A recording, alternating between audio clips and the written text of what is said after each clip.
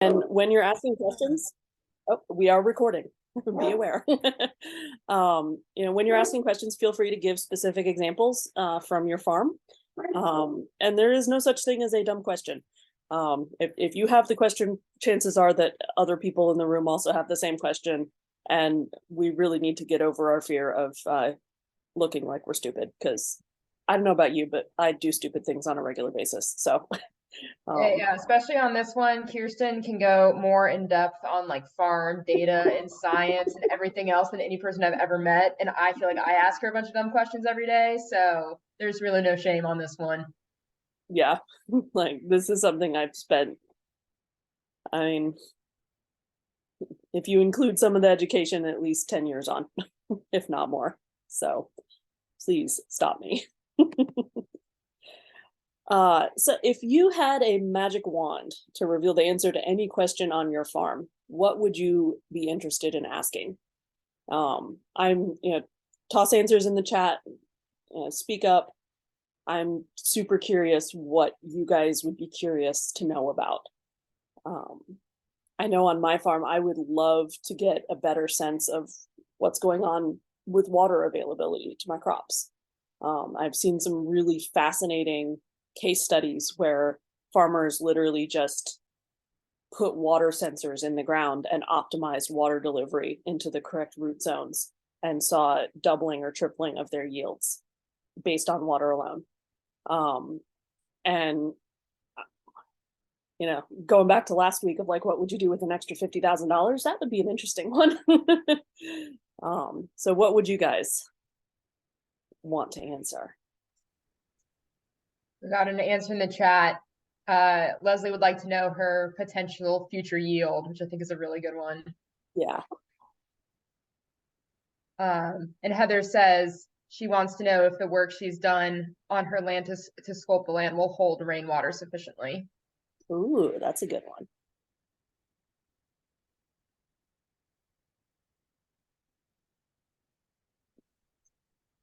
Anyone else? Is anyone having trouble using the chat? One other thing that might be helpful for those who are new to Zoom is if you go to either the top or the bottom of the screen, depending on where the you see all the little icons. If you go to reactions, you can see like the thumbs up. You can raise your hand, so those might be helpful as well.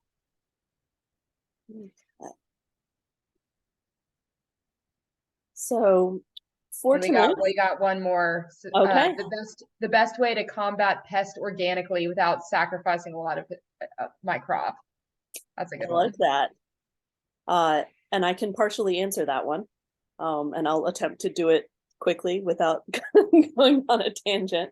But if you increase the Brix levels of your crops, basically increasing the complexity of the carbohydrate, insects are not able to digest complex carbohydrates. So if you can shift the carbohydrate profile of your crop, you will decrease dramatically the pest pressure because they physically can't digest it, and so they won't try to eat it. As to how to do that, that's probably at least a different webinar and would require a fair amount more research on my part to be able to say how to do it without stumbling over myself. So today we are going to take y'all back to high school science and dig into some of the concepts that you may have blissfully forgotten, using hypotheses and experiments on your farm, and how you collect the information that can answer questions on your farm, what to do once you've collected that data. We've got 3 examples of some on-farm analysis that we've done with one of our local customers. We can't say exactly who they are here, but this is a fairly large operation. They're expanding from roughly 2 acres to roughly 10, and moving into wholesale production. So, and then we will have some additional resources that we can share on how to collect data. You'll also notice that I will use data and information interchangeably. For our purposes, they are essentially the same thing. So our goals for this session is for you to be able to walk away knowing how to answer the questions that will allow you to improve your farm's productivity and efficiency, knowing what questions you need to ask, and having a basic understanding of how to analyze that data. If there are other things that you would like to accomplish, please toss them in the chat or speak up, and we will happily try to shoehorn them in. You can get me answering questions on the fly, which can be really dangerous, but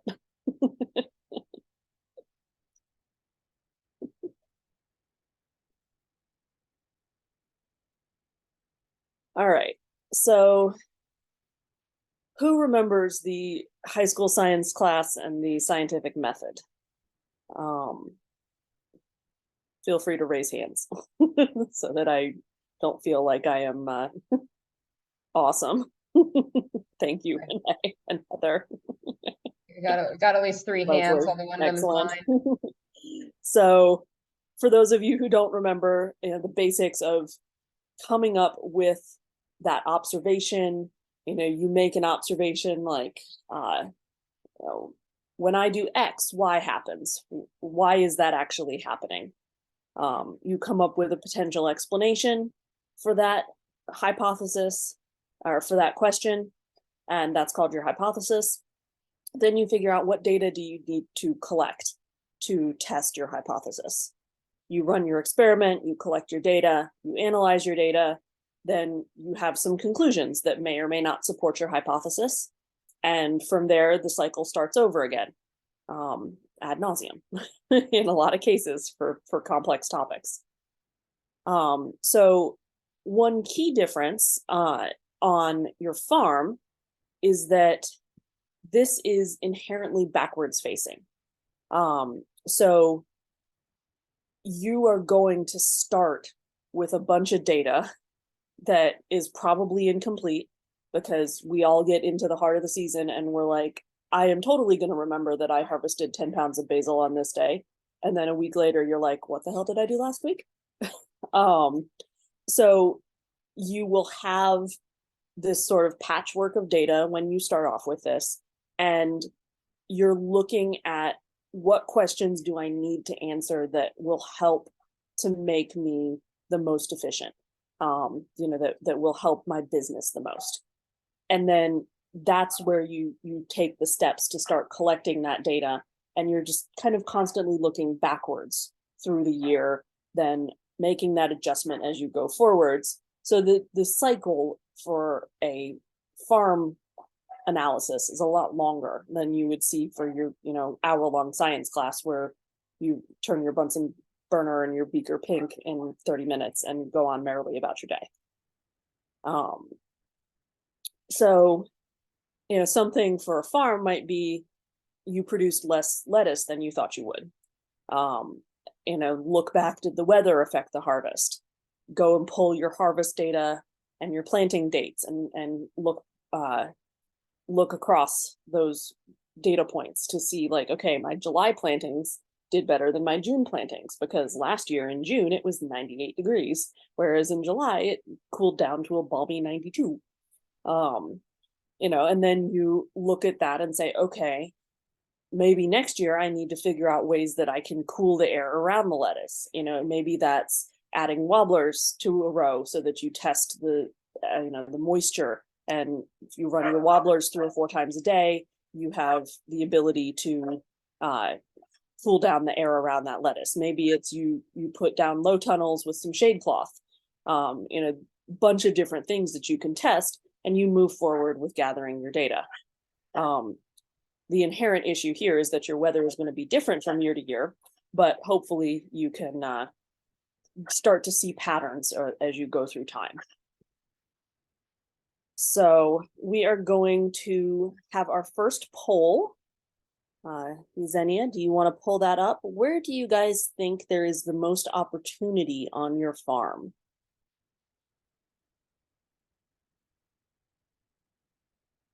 And that can be opportunity.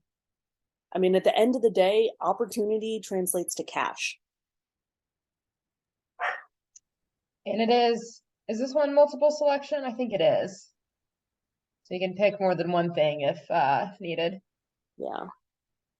And So while that y'all are doing that, I am going to step away and deal with the fact that my dog is barking outside my bedroom door.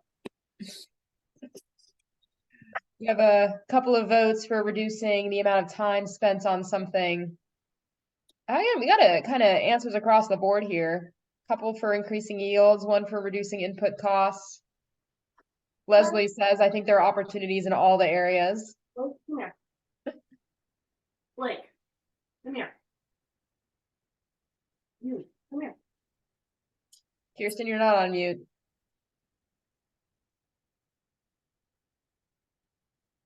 Yeah, these are pretty even answers here for yields, input costs, reducing waste, reducing loss due to pests.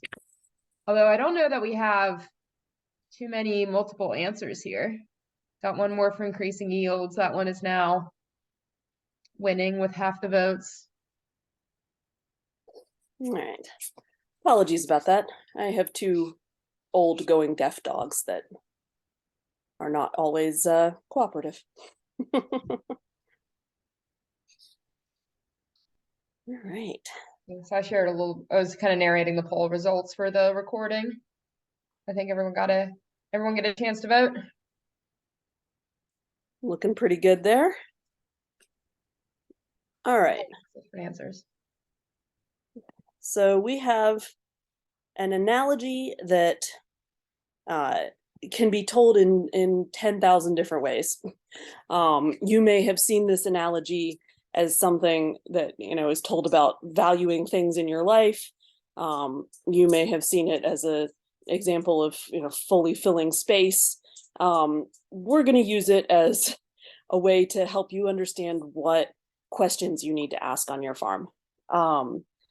So if you have a jar and you have a bunch of large rocks, small rocks, and pebbles, and they all need to fit in that jar, what order would you put them in? Who would start by putting the sand in first?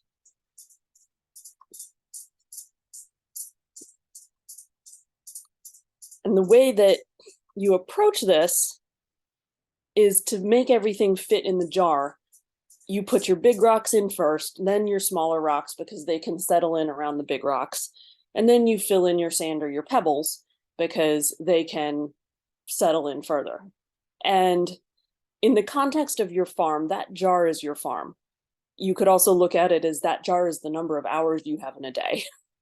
And so the stuff that helps your farm survive as a business, those are the big rocks. Those are the questions you need to ask. Things like, am I making a profit on the crops that I'm growing? Am I, if I'm a livestock person, am I actually getting enough back from the sales of the cuts of the meat to be able to cover the cost of raising the animal and sending it to processing? The small rocks are your breathing room.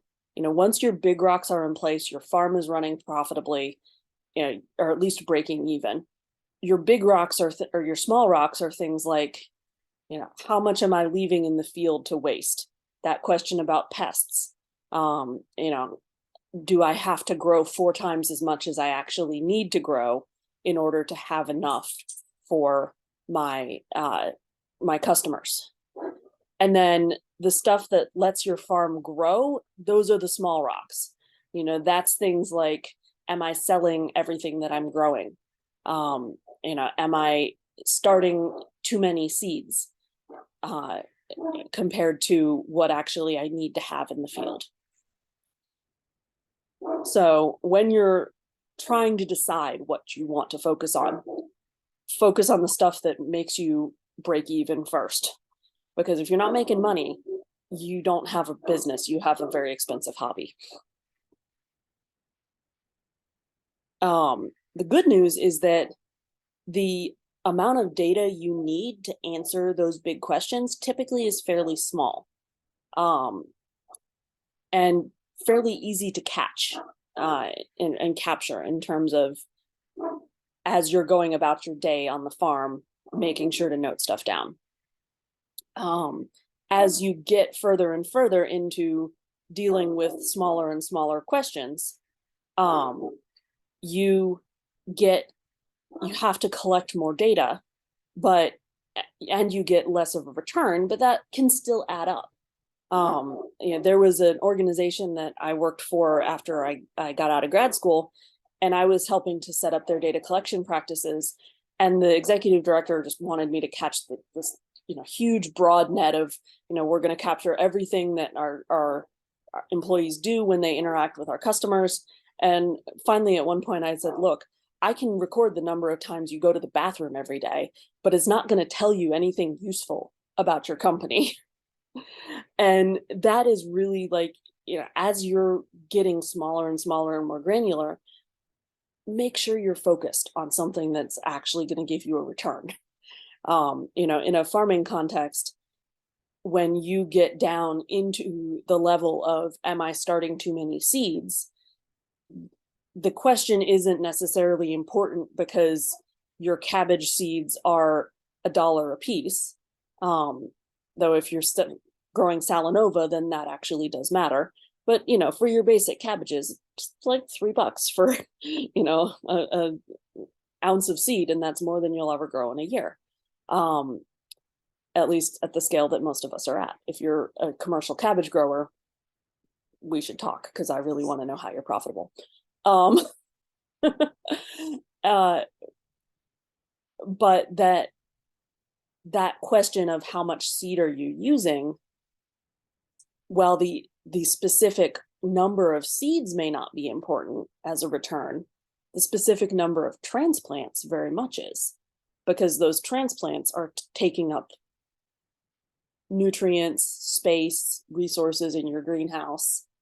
And if you're starting 3 times the number of transplants that you need to have in your field, that means it's costing you 3 times as much to get those transplants from that $3 packet of seeds to the point that you're putting them in the field and getting your growth that will eventually lead to your return.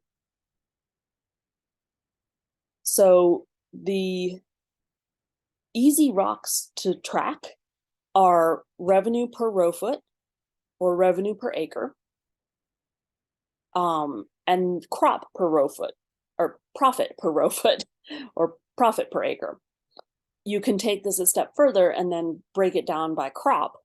But the easiest starting point is simply knowing I have, let's say, 10,000 row feet of growing space, and I need that those 10,000 feet to bring in $100,000 this year.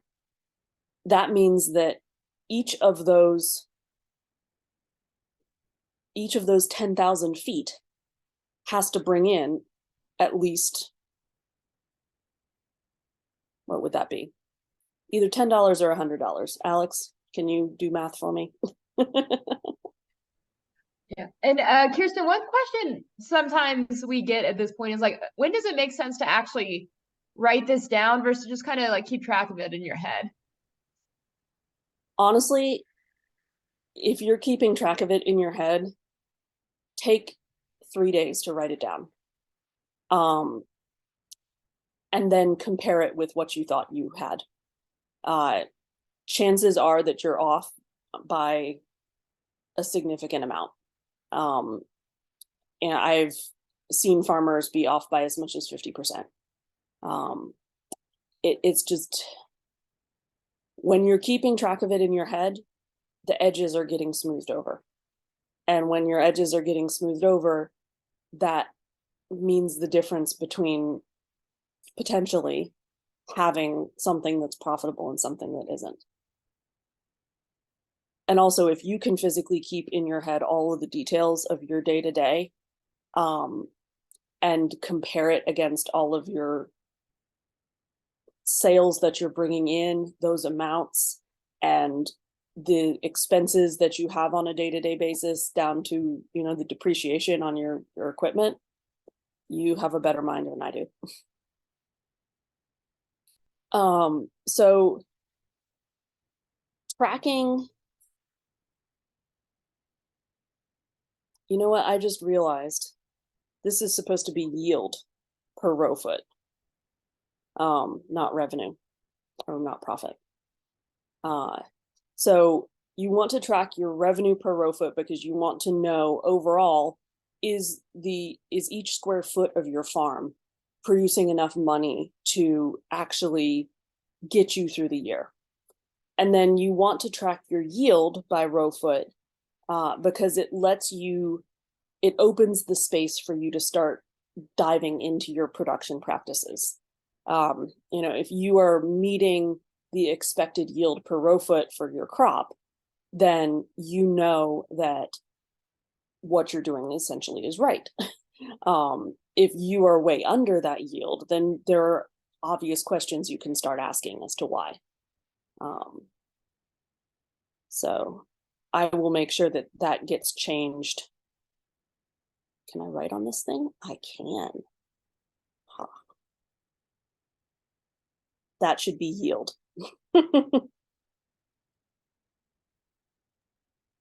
All right. So we are going to swing into some of the examples we have from our local farm.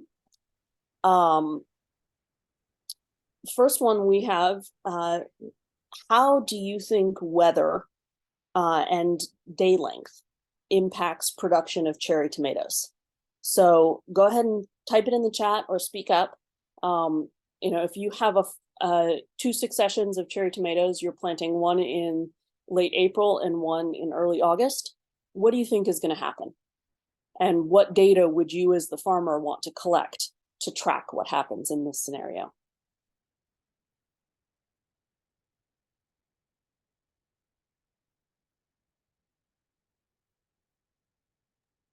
An answer from Leslie. So shorter, cooler days would be lower yield. Mm-hmm.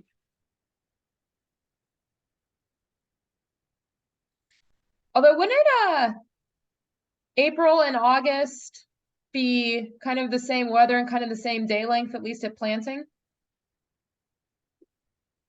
Weather-wise, it's going to be way hotter. August is typically, at least in Georgia, when we're kind of sort of starting to think about maybe getting cooler. Yeah. Leslie said the same thing. It is hotter in July and August. Mm-hmm. What do the rest of you guys think? If you had to guess which planting is going to give you a higher yield, what would you guess? Would you guess April or August? Renee says, I agree. I think longer days and better weather would do better. Heather's going to guess the later planting. So the August planting would do better. Renee also says August. So got a couple votes for August. All right. And to add just a little bit more context for this data was collected last year. So in order to collect this data, we need, what are your planting dates? What are your expected yields? And then what are your harvest dates and what are your actual yields? And ideally, if this particular farmer has multiple rows within a field that might be planted out in different crops, each of their fields is a half acre and their bed size is standard. But they may not have a full half acre field in cherry tomatoes. So you can collect this spreadsheet, whiteboard, for planting and planning. Honestly, I love a spreadsheet. I will turn a spreadsheet into a visual map of my farm, and I can get all of the data I need out of it. For folks that don't have brains that work like mine, because I've been told that my brain is unique in that way, there are programs like Tend, Seed Planner, FarmBright, where you can get better visuals on exactly what you're going to be planting and when and where it's going. But I really like having, either a clipboard that's, hanging in the greenhouse or next to the cultivation shed, or a whiteboard where you can just take notes. Have your phone on you, do voice memos, because no plan survives contact with reality. It doesn't matter how good it is. I have yet to see a single farmer who actually is able to keep to the plan that they created at the start of the season. So if you are able to do that, kudos to you.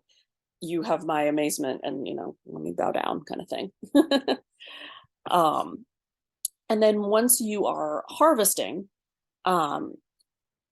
you've got your scale in the walk pack area. You can harvest into bins that you then label by field or row. You can have a log that you have next to the scale where you're writing everything down, or if you've got a cheap Chromebook or a cheap tablet that you can keep in the wash pack station to enter that data in. The trick with harvest data is making sure that you're capturing where everything is coming from, because again, going back to that idea of your brain smooths out all of the sharp edges. If you don't have the records of where everything is coming from, then you're left kind of to average everything out. And that's going to potentially hide trends that you want to be able to see when you're looking at your year in review. So here are our results. The estimated yield for this farmer was 6 pounds per foot of bed that's planted with tomatoes. Out of their April planting, they got 4.1 pounds. And out of their August planting, they got 0.14 pounds. So why do you think that this farmer saw yields lower than expected for both April and August? And this was 2022.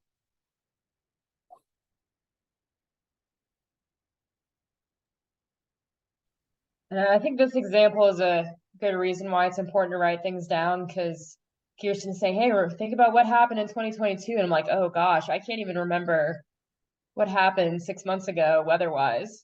Yeah. Leslie suggested water, so maybe there was a big rainfall difference or a big That's a difference. potential. We did have some very roving local flash droughts last year. But there's a big weather one that I have not heard yet. Yeah. Renee did ask, was it weather related? Was it storms? Maybe. It's a good. Who remembers June of last year and how hot it was? And one of the fascinating and obnoxious things about tomatoes is that their pollen is sterile above 93 or 94 degrees. So these in the ground mid to the end, ready to start. And they survived the heat wave and went on to produce in August. But that is, you're going to lose that part of your production. Now, these are field-grown tomatoes. Had they been under a hoop house, you could potentially have put up some shade cloth, done some misters, maybe tried to produce through that June heat wave. But this particular farmer didn't have that option. Now, think to October. What happened in October?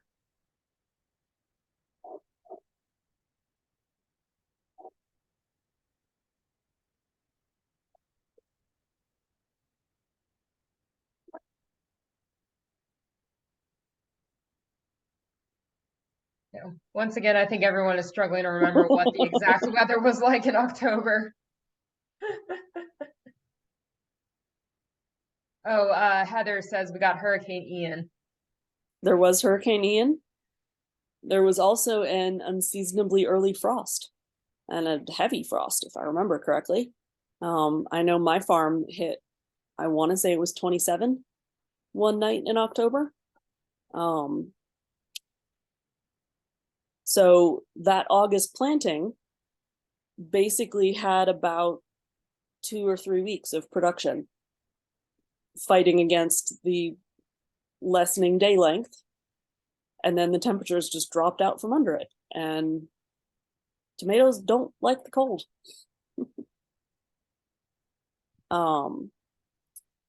So this is the sort of result where you can pin this entire yield question on weather. And we're all farmers. There's nothing we can do to control the weather. I mean, we can try to take the edge off of the weather, but that every year is a gamble of, I'm going to put these crops out. I will bet you anything that this farmer had the thought process that, well, last year we didn't get frost until December. So I'll bet if I put in a late season tomato planting, I'll have the only tomatoes in the ground, and at the farmer's market or at wholesale in October and November. It's a reasonable bet to make. And in this instance, it didn't work. And one of the things as a farmer that you could start to experiment or question as you're going into future seasons based on this data, you could look at, do I want to maybe have more consistent successions of planting? Does it make sense to do April, June, August, and try to kind of get that rolling production and hedge your bets against the weather? Maybe it makes sense to invest in some high tunnels and get an equip and try to have a structure where you can control that temperature a little bit better. But that's something that or you could start going into rootstocks. Are there different rootstocks if I graft my tomatoes that I can have more heat resistance against, or this is a variety that does better during the decline of the summer rather than on the route up, and so maybe I do some grafting and swap out different varieties and different rootstocks. So just kind of some things to think about. Kirsten, I have a question for you. Yeah.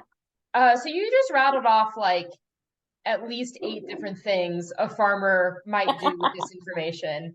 How did you develop the ability to do that? And if, one of our farmers here sees something like this in their own data, what might be some good steps for them to like develop some of these ideas?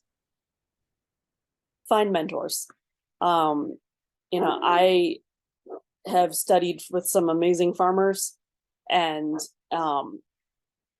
that is, seeing how they react and asking questions is key to my ability to know like where you might start trying to find solutions and find ways to hedge your bets against the weather. And if anybody ever wants to call me up and just ask questions, feel free. This is stuff that I like geeking out about. But there are a lot of other things that could have caused this particular result. If say they did not amend between their April planting and their August planting, and so their August planting was nutrient deficient, that could have caused this particular result. Water access, as I think was mentioned, a flash drought, if they were working with dryland farming, could have caused this particular result. In this instance, knowing the situation that this farmer is in, I know he amended the soil, I know that they have irrigation, so I can rule some of that stuff out. But there are, based on your own situation, there are additional things that you could start to dig into. I have another question for you. So you also just suggested some other potential hypotheses. When might it make sense for a farmer to actually run an experiment? And if so, how should they design something like that to be able to answer, why did April do so much better than August when there's not like a obvious weather cause?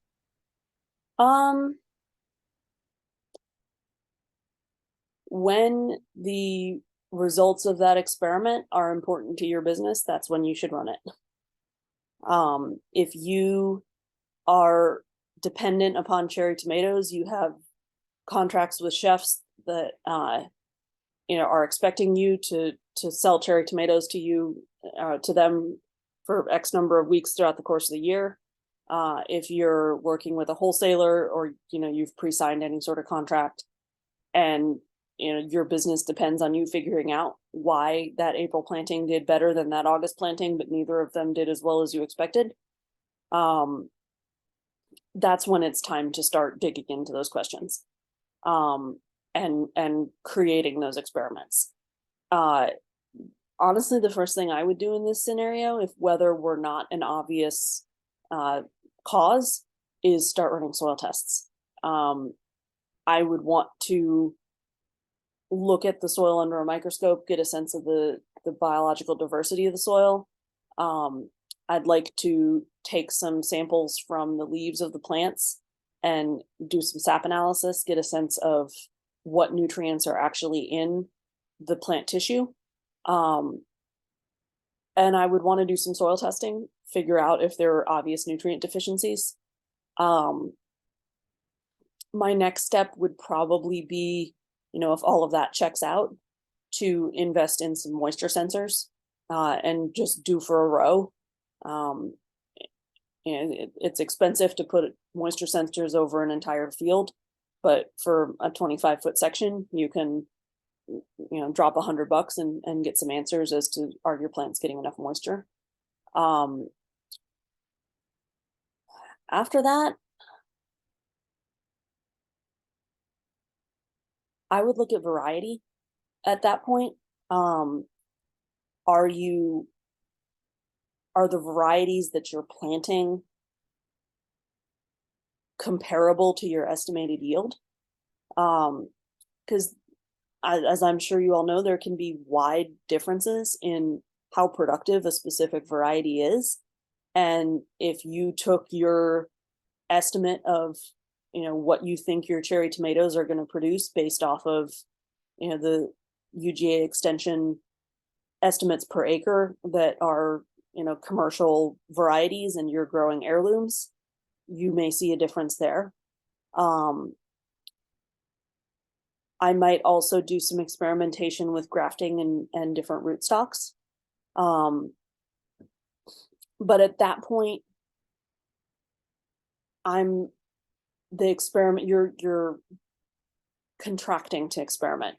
You don't want to run an experiment on your entire field or your entire farm. Experiment on a row, maybe two. Get enough data to point you in the direction of what you should do for the entire farm. Don't bet the entire farm on an experiment.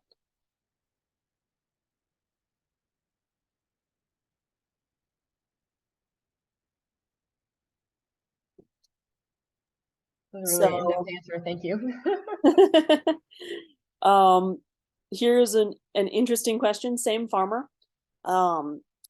They did an entire half acre of cabbage, planted it in the spring in September, harvested it in March to late March to early May. So basically a 6-week harvest period. And they want to know, was this worth it? So what do you think? Do you think growing cabbage is worth the time? And what data would you collect to try to answer that question?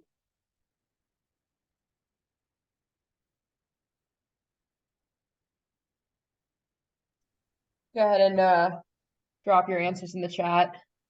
What do you think the answer is, and what data would you want to collect to know for sure?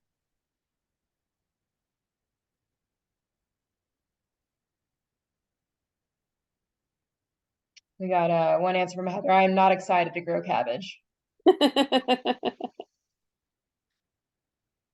that's actually highlighting something we'll talk about in the business case webinar next week. Is numbers are great, but there is an emotional and like doing what you like element to this. So if you don't like growing cabbage, then don't grow cabbage. It doesn't really matter what the numbers say. Yeah. But Heather also says she's looking at the cost per pound at the store, so maybe that's why she's not excited, is because of the numbers. Mm-hmm. And also white cabbage flies. Oh yeah. And then we got one answer for how long it takes to reap the harvest. So that's a Yep. good data point to track. Mm-hmm. And Leslie mentioned pests too. I'm curious about any pests that might appear, not over the winter, but as the spring heats up. Yep. Yep. And how those pests impact the sellability of that cabbage. Yeah. Yeah. Heather actually said she lost all of her cabbage. Mm-hmm. No wonder she's not excited about it. Yeah, cabbage is one. I grow it for myself because I like it, but I'm probably giving away an answer here, but it's not worth growing as a commercial crop. Like I said, if we have any commercial cabbage farmers on here, I want to know how you're making a profit. Yeah. Yeah. I will say, I think the exception to you should write the numbers down because you won't remember. If you lost literally your whole crop, you will probably remember that. So you may not need to write that one down. Yeah, that's true. We got another answer. I'd want to know the yield in the spring versus the amount of seeds in harvest, and then Yeah. how much was actually sold. Yeah. Which is a good point. The difference between how much you yielded and how much you actually sold. There could be a big difference there. Yeah. And that is one notable lack in the data that I have from this particular farmer. I have none of his sales data. So my data starts at the greenhouse when they plant the seed and ends at the wash pack station when they measure the yield coming in from the field. One other point from Heather, that cabbage is heavy. So I think that would impact how much labor goes into producing it and harvesting it. Yeah. All right. So input costs, labor time, sales. Input costs you can track with software financial management templates.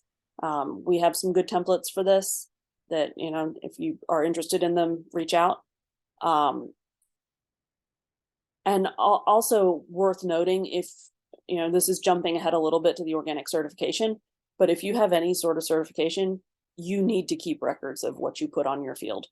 Where you get your seeds from, what fertilizers you're using, if you're using pesticides or herbicides, that all feeds into whether or not you can get and or maintain your certification.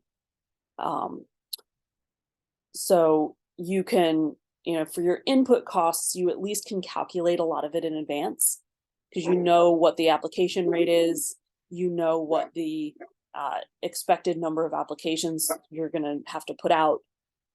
So all you need to really do is do that calculation in advance and then confirm that you actually did it. And that's where a paper log can be really useful in terms of just have a clipboard, set up your data collection beforehand. So it's a form where it's like, on this date, I am expected to, side dress my cabbage with chicken litter, and check, I did it.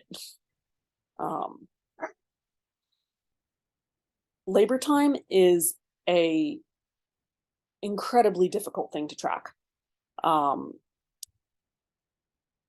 You can, whiteboard is decent. You can have a tracker that just hangs on the door of your tool shed, like, hey, you're getting this tool, what are you doing and how long are you spending on it? You can keep notes on your phone. One of the things I really like doing for labor is, it is a pain in the rear end, but if you track your data or track your time in 15-minute increments over the course of a week, or over the course of a particular interaction with a crop, you can get a sense of what your average time spent on something is, and where your time's going. So that way you can use those estimates rather than having to track every single 15-minute increment throughout the course of a year, because that gets old real fast. For sales, you can have Square set up with your items inputted ahead of time. The challenge with that is particularly when things are heavy. As Heather mentioned, cabbage is heavy. you don't necessarily want to price your cabbage at, $5 a head across the board when half of them are 4 pounds a piece and half of them are 8 pounds a piece. You're going to lose money if you do that, but it also makes your tracking your sales much more difficult, and just making your sales more difficult. And little bit of a side note here, but when you're selling, if you can sell in concrete units rather than having to weigh everything and charge by weight, you'll sell faster and you'll get more people that come to buy because it's easier for them. So little free bit of sales advice in the middle. You can have a paper log next to your cash register.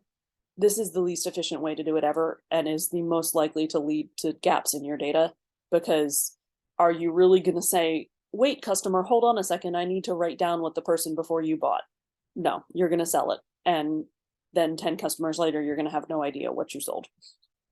If you're selling wholesale, then a lot of this goes onto wholesale order sheets, which make for great tracking information. The biggest thing is just try to make it easy to track. Put clipboards in front of places where information needs to be collected. You can even like do a little motion sensor thing, attach it to a voice, so like when your employee goes to the tool shed and is grabbing something, then it senses and says, hey, Alex, what are you doing? And can you write it down? And, you may make your employees hate you that way, but you'll get data. And folks who are currently farming, if you have other creative ways you're tracking this data now, feel free to put in the chat to share with other folks. Yeah. And then I think, Alex, you had a bit of a tidbit about QuickBooks and invoices. Oh yeah, one tip, don't send invoices over QuickBooks if you can avoid it. QuickBooks takes a 1% fee on top of the transaction fees, which that really adds up. So there's lots of free invoicing software out there, so use one of those instead of QuickBooks. QuickBooks is tempting though, because it's just like so nicely connected to everything else you have, but yeah. So we're just full of little unrelated tips today, apparently. All right. So this particular farmer, out of their half acre of cabbage, they started their seeds. It took them 5 hours to start their seeds. And materials cost of that was roughly $55. Over the course of August to mid-September, maintaining those seedlings in terms of labor hours to keep track of germination, to keep things watered, to side dress with fertilizer, etc. Was roughly 15 hours, input of about $75. Took them 10 hours to transplant. They did 3 side dresses and 3 pest treatments. And then it was 25 hours to harvest. So input wise, this was $1,370 of cost to produce this cabbage. Their total sales were $4,000, which gives them a gross profit of $2,630. But what are we missing here? Feel free to toss in the chat. What have I not talked about on this slide?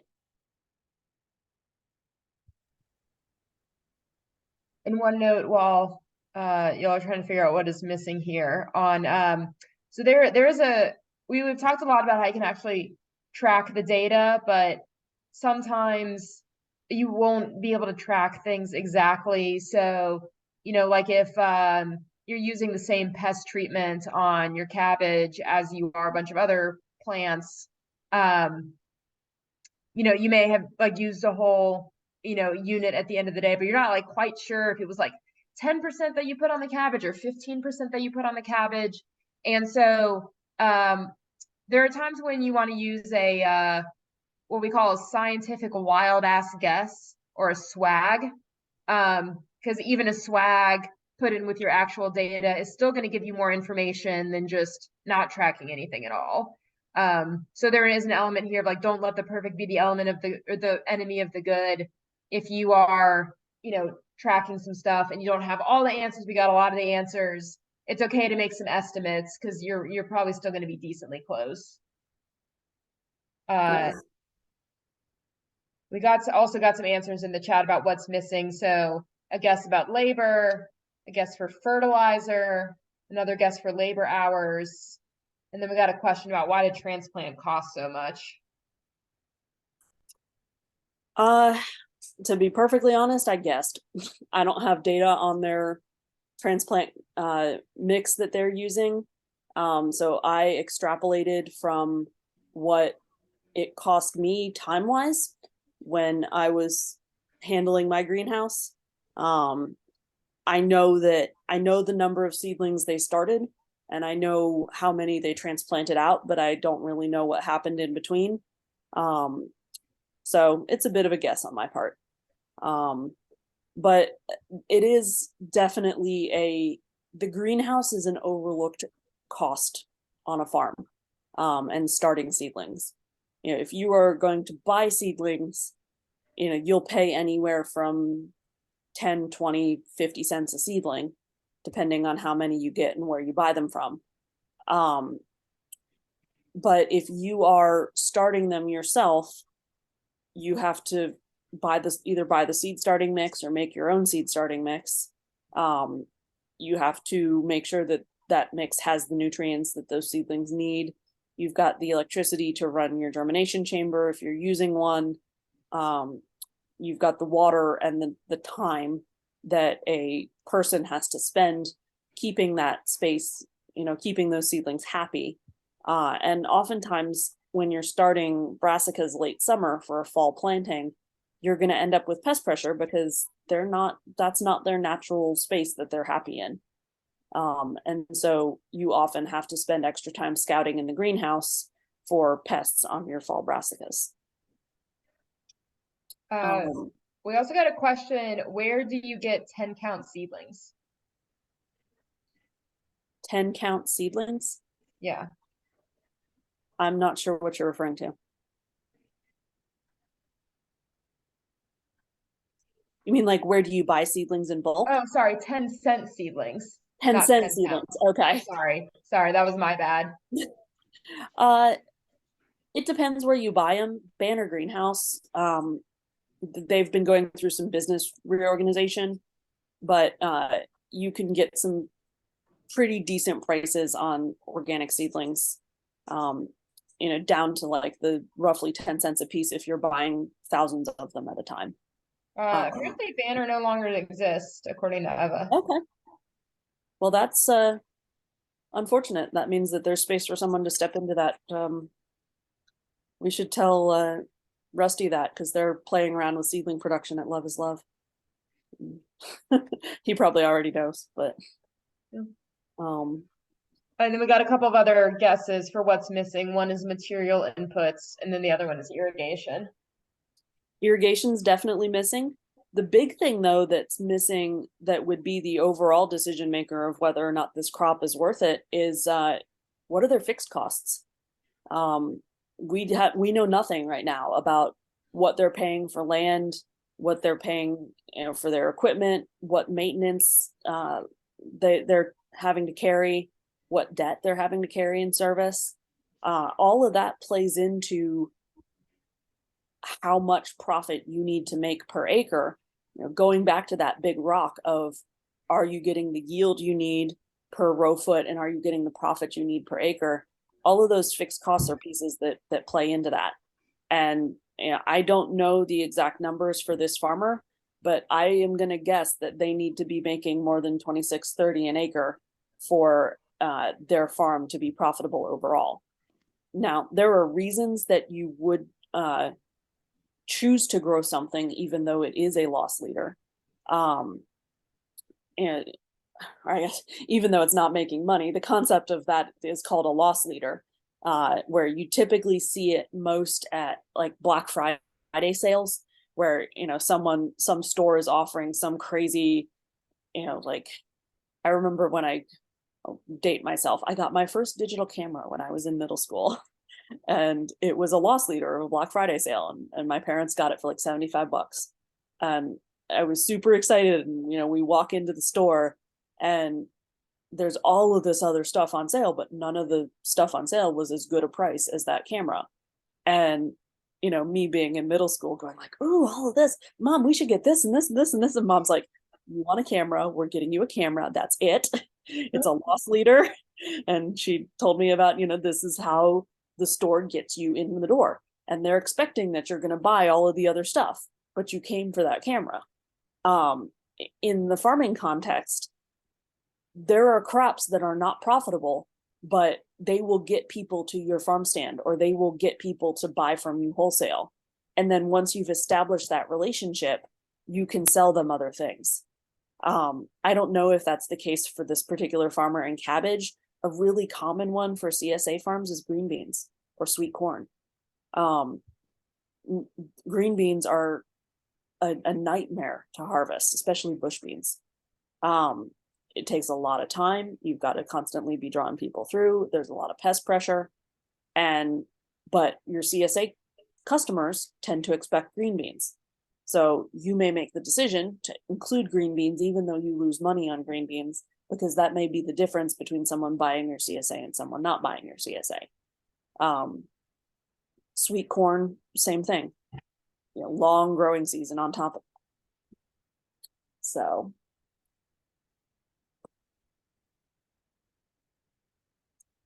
And we're going to go with our last example here. This is an example of one of your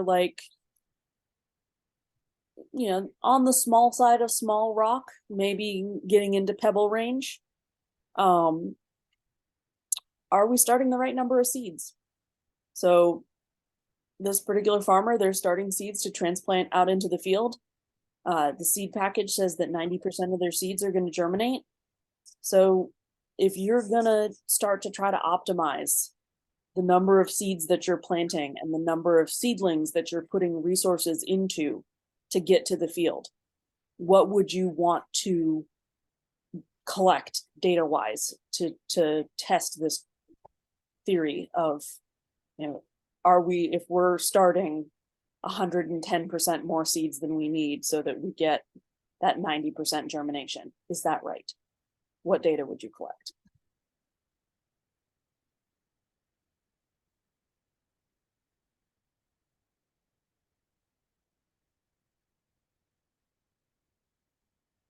Not a answer to this one, but I would put a tip in the chat. Someone who buys thousands of seedlings should have access to a bean harvester, which is 800 pounds an hour or so.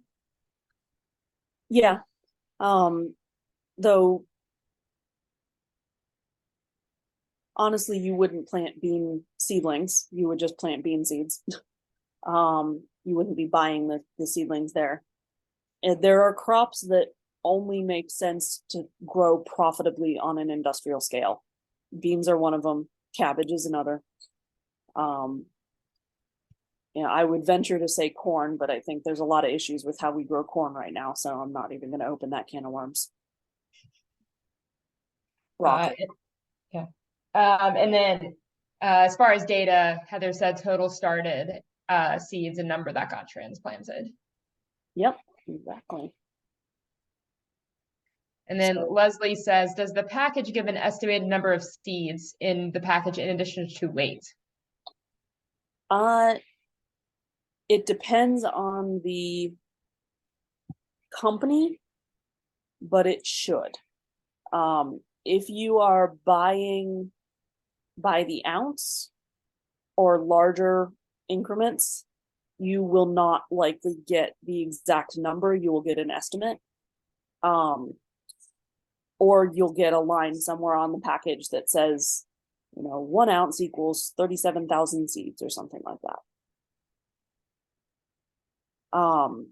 So for this one, we need to know the number of seeds that are started, the number of seedlings that you need to have at, when you transplant them out, the number of seedlings that you transplant, and then the number of seedlings you have left over after you transplant.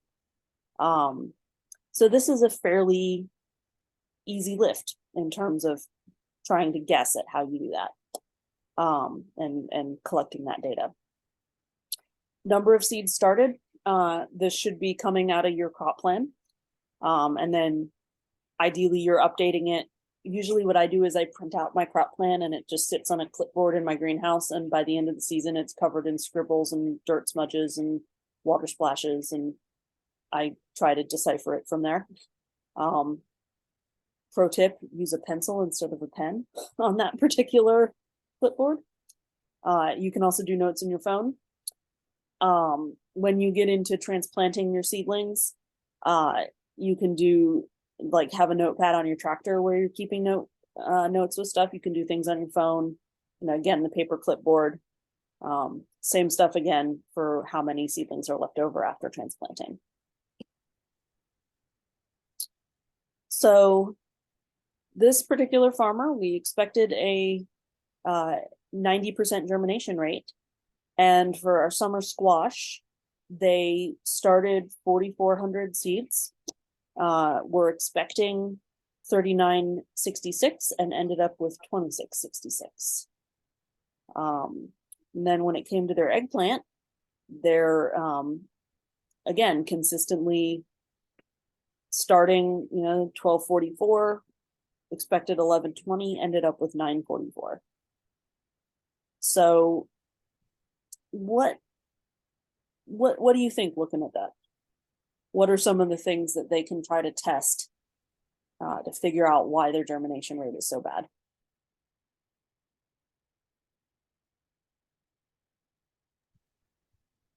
Or to your earlier point, seeds aren't that expensive. Maybe they figure out if it's just worth it to start more of them. Yeah. For a lot of this stuff, it's,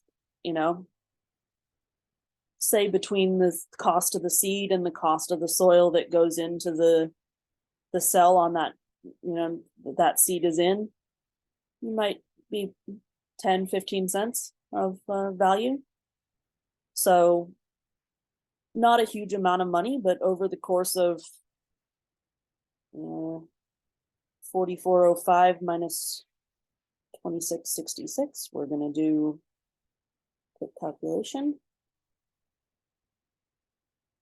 Yeah, it's like $200 at 10 cents a seed. 260. So for summer squash, not a huge amount. If you're growing 40 something different crops over the course of a year and they all have that kind of germination rate, that's a nice chunk of change. And you can start to see how these smaller questions can make that's the difference between you have breathing room in your business and your business is actually profitable. We got a lot of good answers in the answers in the chat about what might be going on. So soil, different seed company, and quality testing, light, and then heat applied. Yep. We could also experiment with moisture levels. We could experiment with doing some automation in the greenhouse. Maybe someone goes and programs a Raspberry Pi to automatically turn on water when soil moisture levels hit a certain level, or turn on heat when the temperatures hit a certain level. Could also be the greenhouse. What is a Raspberry Pi? Oh, it is a tiny little computer that has no visual monitor on it, and you can get it for about 40 or 50 bucks and program it to do all sorts of basic, like if you can string together a series of yes no commands, you can program it to do something like let's hook up a temperature sensor and connect it to your irrigation system. If temperature is above 85 degrees, misters turn on to lower temperature in the greenhouse, which is more applicable in an arid climate than here, but it was the first example that came to mind. Another temperature related one could be, it's attached to, if you have a machine that rolls up your greenhouse sides, and if temperature is above 85 degrees, then open vents and roll up greenhouse sides. If temperature is below 60 degrees, close vents and roll down the greenhouse. So it's a useful little tool. It takes a fair amount of hacking to get used to it and figure out how to work with it, but so this is an ongoing discussion that we're having with this farmer, because they're consistently losing 30 to 50% of their seedlings between the greenhouse and the field, and we're not really sure why. Right now, we've sat down and looked at the data, and we've identified that there's a problem. So our next steps with this farmer are going to be to try to figure out, okay, what data do we need to collect next to try to identify what's actually happening now that we know there's a problem. Yeah. And the other thing, we'll talk about this more in the business case webinar next week, is, sometimes the information that the seed company is giving you, or like any other input company, of like, oh, this thing is going to increase your yields by 25%, like some of that is marketing.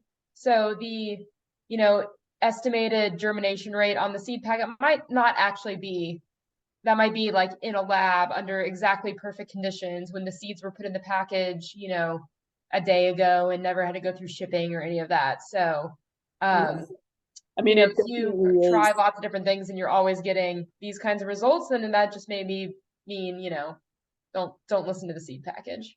Yeah, and there are certain companies whose germination rates are way worse than others.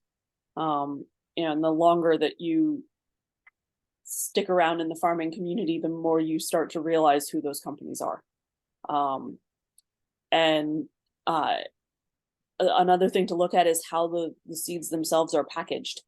You can tell which companies cater to farmers because the packages are actually resealable. And, they're like kind of foil packages that keep moisture out.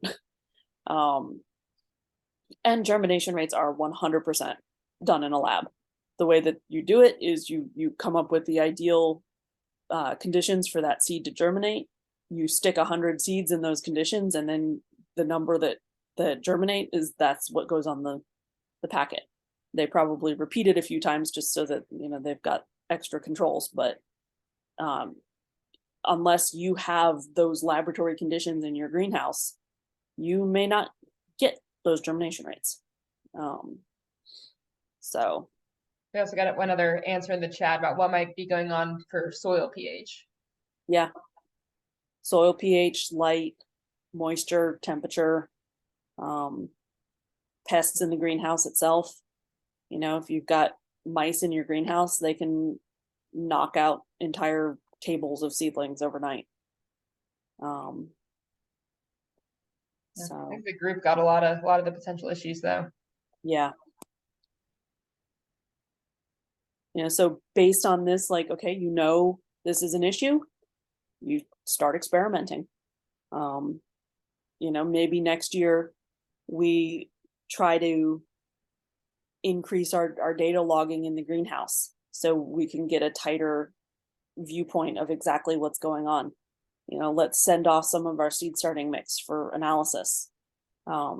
See what we have in, are the nutrient breakdowns in the seed starting mix what they're supposed to be. Maybe we also order from a few different seed companies and compare germination rates across those seed companies. So we'll be discussing that with this farmer over the next few weeks as they're looking at this result and saying, okay, we've already bought all of our seeds for this year. What can we change now that we can start to test and get results on, and what do we want to change going into next fall? So there's a few resources for collecting data that I specifically want to call out. There is an awesome tool called Rocketbook. It is an optical character recognition. So when you write, it can, if you have decent handwriting, turn what you're writing into type that can then be analyzed. So it works in particular with hashtags. So you will, use the little hash number sign and write your hashtag. You decide what your hashtags are that you want to track, and it's a way to easily get that handwritten data into a form that you can analyze. And then for whiteboards, because those things are freaking expensive. I don't know if you've looked at the price of them recently. There's a couple of alternatives that I really love. One is called Righty Board. It is literally like a sticky whiteboard that you put on the wall, and then you can peel it off without messing up the paint. That thing is great. Like for probably 40% of the cost of an equivalent sized board, board of white that you would hang on your wall, you can get nice sized whiteboards, because anybody who's had a whiteboard knows that thing gets full real fast. And no matter how big you get, you're going to want it to be bigger. The other option you can use is whiteboard paint. That's going to be your cheapest option, but you're going to have to make absolutely certain that the surface you're painting has no texture, because every texture piece under that surface, when you paint it, is going to come through and catch all of the ink, and then it won't erase. Ask me how I know that. Your fellow farmers are some of your best resources. Ask them what they track. Ask them what they test. If you have successful farmers that you look up to, that you ask questions of, ask them this stuff. You will probably be surprised at some of what they test and don't test. And the ones that are able to come back year after year, and have consistent employees, those are the folks you want to ask questions of, because those are the folks that they may not have all of their shit together, but they've got enough of the big rocks in place that they're staying in business. And so those are great people to ask about your big rocks and what you need to track. And seriously, come talk to us. I love talking through this stuff. In case you all haven't been able to tell that's true. Before we finish up, do y'all have any questions? Because I've talked now for like an hour and 20 minutes, and I feel like I barely scratched the surface of what we can do here. But I would be happy, if you've got questions about tracking on your farm, like we've got time to do some troubleshooting. If you want to be a public case study right now, impromptu.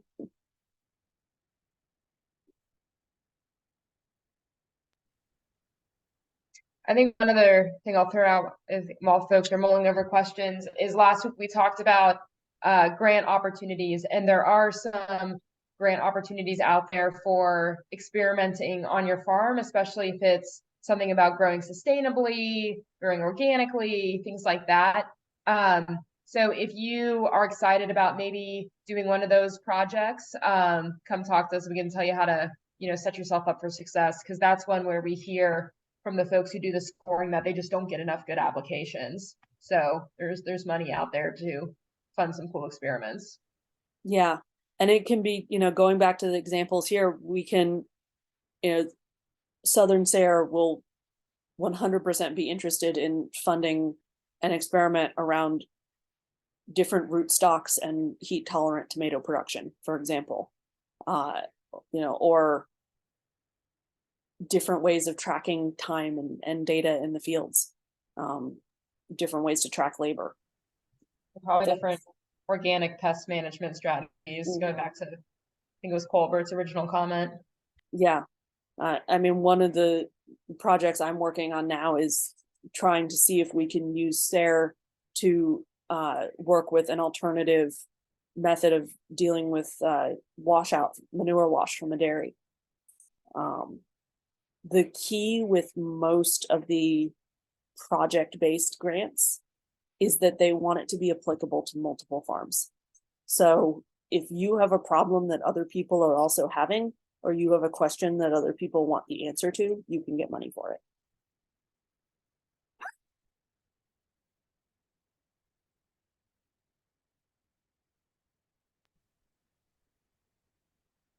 Any other questions, or Tanisio, anything you want to share from your farm?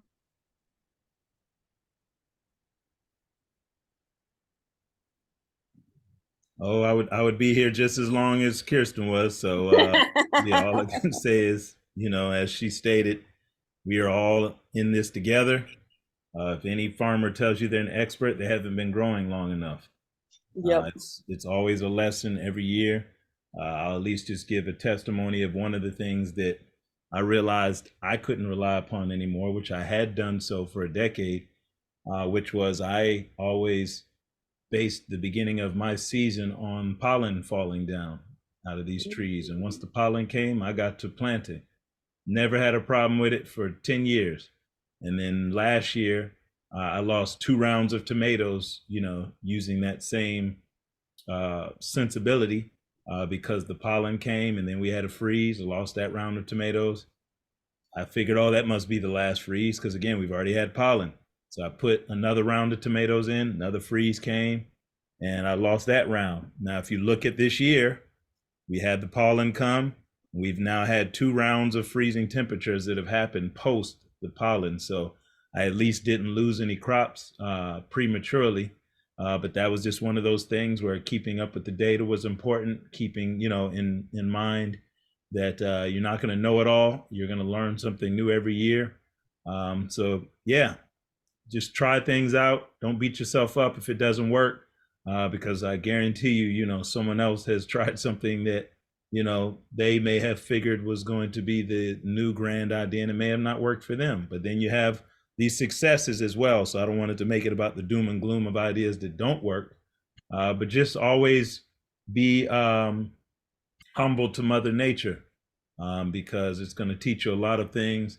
And again, having good data is a very good way to at least stay as on top of things as possible.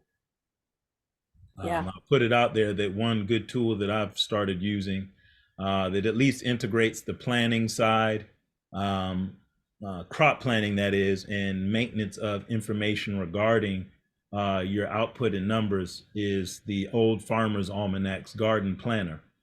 So for any of you all out there who are looking for a really cheap tool, it's about $39 a year, and it allows you to draw out your site design. It keeps track of harvest, keeps track of row spacing. It even automates how many plants you can put in a respective area based upon dimensions you type in. So if you tell it, okay, I want to grow a 20 by 4 foot row of tomatoes, and I want those tomatoes to be planted anywhere from 18 inches to 24 inches apart, you'll just put a tomato in that row and then drag the cursor and it'll draw out the amount of tomatoes that you're supposed to have in your crop plan. So there's little tools like that. Again, I could nerd out and tell y'all a whole bunch of stuff. So I'll put my contact information in there if anybody has any questions. Yeah. And if folks are not wanting to be a public testimony, we are doing one-on-ones. So if you are in the Metro Atlanta region, and you want to come talk to us one-on-one, that can definitely be covered under the grant that we're working under. So shoot Alex an email and she will coordinate with me and we will hop on the phone with you and start talking strategy about how to collect data and collect information and get you from, get past those first big rocks and get into space where you've got some breathing room and you're starting to thrive and grow. And Tanisio, Daylene asked if you could please share that resource in the chat. Okay, I'll do so. So we have our business cases webinar next Monday, and then organic certification 101 on April 3rd. So we hope to see you guys there. Please feel free to reach out to any of us at Good Agriculture or East Point Grown or AgLanta. And that's all I have at the moment. Well, I'd love to, make sure if people have any questions that they're given an opportunity. Does anybody want to open up the mic? So someone said they want me to nerd out, but if you have some specific questions, feel free to ask, because we technically have a little bit of time left here. Yeah. One other thing I'll point out while we wait on folks to come up with questions.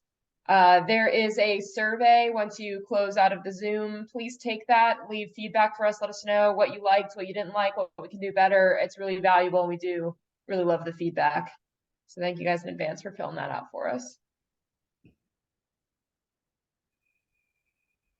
Now's the time. We're getting ready to start a new season. So if y'all have any questions, feel free to ask.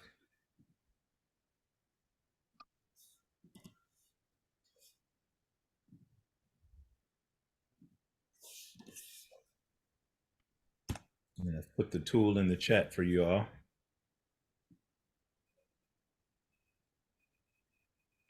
Maybe while we wait to see if there's any questions. Okay, Daleen said list of BIPOC seed companies. I would have to look them up. I do know of at least two off that I haven't had to say their names in a while. So Daleen, you've got my contact information. If you don't mind sending me an email about that, I'll try and get some information for you. Yeah, there's I know of True Love Seed, I think, off the top of my head. Okay. And,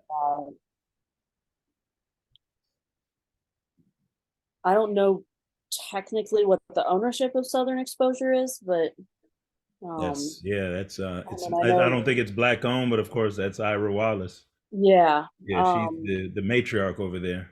Yeah. Doesn't John Jackson do some cool stuff with seeds? I don't know if he's like technically a seed company, but he collects exotic varieties and heritage varieties. So that could be an interesting person to reach out to. That's the thing. There's probably more of what he would do than anything else. People who don't necessarily have seed companies, but seed and seedling projects. So it's just worth tapping into the network. But I do know of at least one company that I had referenced at one point in time, but I haven't gone back to them, so I don't know if they still exist or not. Yeah, there's one. I'm trying to remember.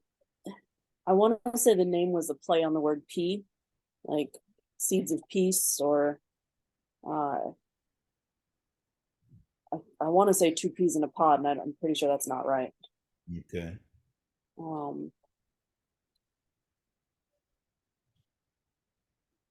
Uprising Seeds might be BIPOC owned as well. Mm-hmm. And even also, if they're not follow-up question, they have an amazing radicchio collection. With if you ever want to look at marketing copy for seeds, the Uprising Seeds website is amazing. There's a follow-up question. Is there a seed library in Atlanta? I don't think so. Was there talk of starting one at the Decatur Library at one point? So you just took the words right out of my mouth. That was the only one that I remember hearing about, and I never got a chance to follow up. That was back during my GO days, so that was like 2016. Yeah. I do know that we have plans to start one in East Point, so all I can say is just stay tuned for that to hopefully occur. But yeah, I don't know if there's any that are officially available. Yeah. I know one of the things I want to start doing probably next year is just some breeding experiments, and I'd love to come up with some new varieties of heat tolerant lettuce and play around with true potato seed and all that sort of stuff. Mm-hmm. If you all have a second, I'll share my screen and show y'all what this Old Farmer's Almanac tool looks like. Yeah, let me stop my share. You all can see my screen okay, I'm assuming? Yep. All right, so again, I've just started playing with it, so by no means am I an expert yet. But if you go to gardenplanner.almanac.com, and then under there, you'll see you have the overview of it, which you can watch this video and learn some things. But then you can actually start your plans here, and you have a journal as well. Actually, I haven't even really unpacked the journal tool yet, but what I've noticed, at least categorically, is it'll give you the weather, right? So it's tied into the actual forecast. And then it'll give you information related to all of these different categories of information. So you can notate what you planted on that day. You can notate your irrigation schedule down to the plants, mind you, not just I watered the garden, but I watered my Brussels sprouts. You can do the same thing with regards to any of this information. And then also harvesting. So it's a great journaling tool. It's calendar based. And then you should, I'm assuming, be able to print this out as some type of CSV file or even just some type of database file. But I've started a few plans here. So this is Nature's Candy Farms, South Fulton. And it allows me to first put the dimensions in of this site. So this is the distance across of this particular area in the farm, and this is the distance down. Let me shrink it a little bit so you can see everything in there. Oh, didn't mean to do that. But ultimately, I have a site where I use keyhole garden beds. It's not square foot gardening, but I'll just call them square foot beds, as well as some circular galvanized steel tubs. And so I can literally list, what plants I want. And they've got a complete database right over here that you could literally just drag and drop something in here.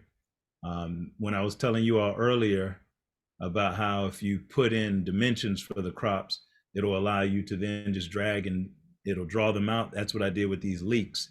So knowing that leeks, don't require a lot of space in between them, I just put one here in the corner, dragged it up and across, and it drew in how many leeks I wanted there. Now, if I feel like I could put more in there, or if I feel like I don't have enough room to put this many in here, I can actually adjust the distance between them. But if you notice here, how I've left the cursor still and it brings up that information box, it tells you at least what the dimensions are based upon the current setting. So you can change a lot of these things around to your liking. But this is the example of the things that I'll be growing this year at this plot. Now I have 3 different plots, so I'll be drawing up a different plan per plot. If y'all have any questions about crop profiles, I would say that's a great question. As y'all heard Kirsten mentioning, that there aren't always crops that are so lucrative.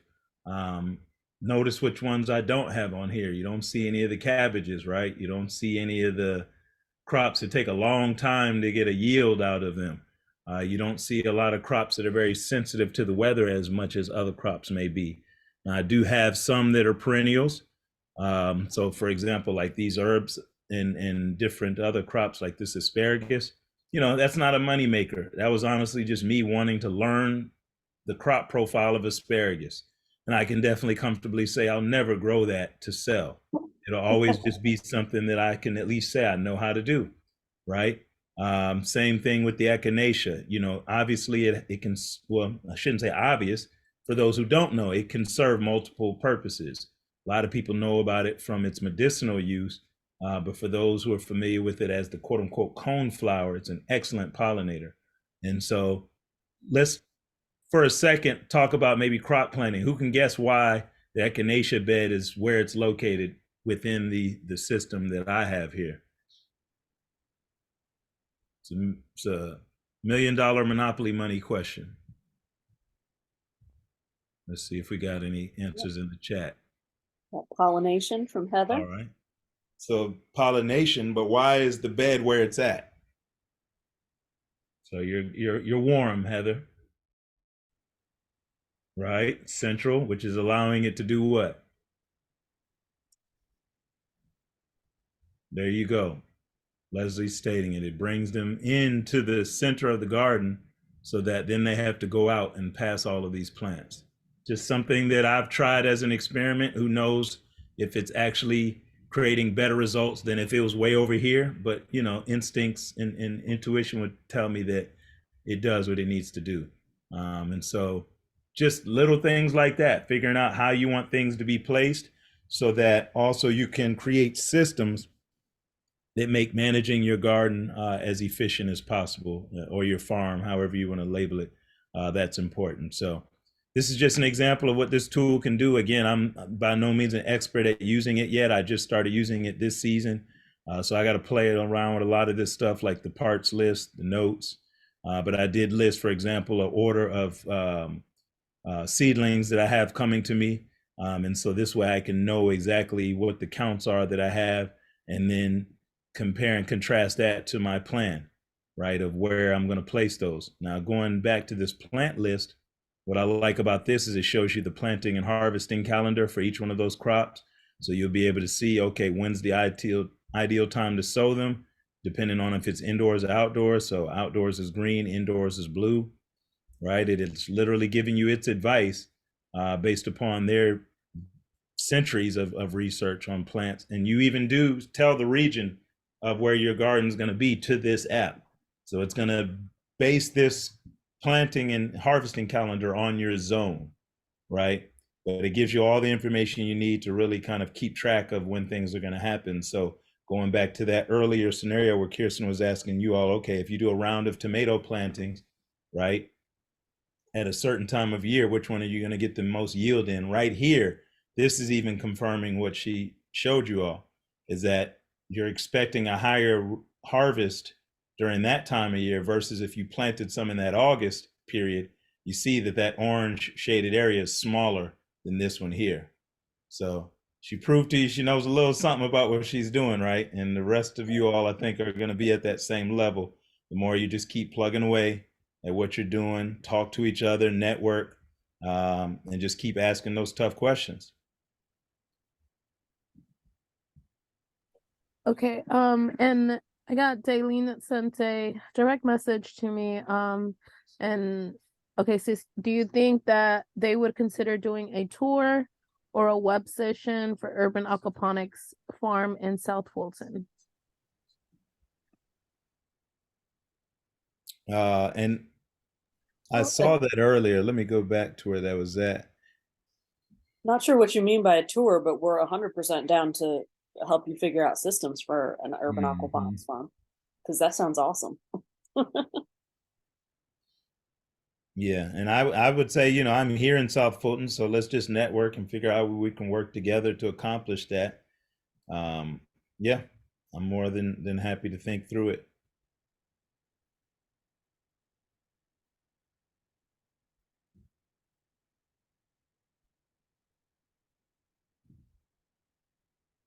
Any other questions about systems, about what to do? It sounds like y'all are all just experts, so we're gonna be coming to y'all and learning what we're not doing right. I'd love to hear what some of you folks up north are thinking. You know, I saw we had some Michigan farmers, we had some other farmers outside of Georgia. At least tell us, when does your gardening and farming season start in those areas?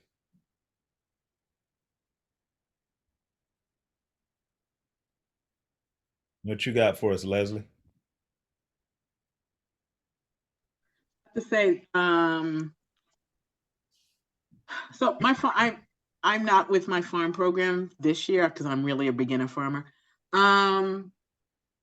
But they're starting to prepare the land already. So we're tilling and setting up the beds now. So we didn't really have a winter, so the soil is good. Our overwintered kale is looking lovely. So yeah. So it's now because it's broken. Maryland is sort of, it's okay now because everything's starting to pop. So.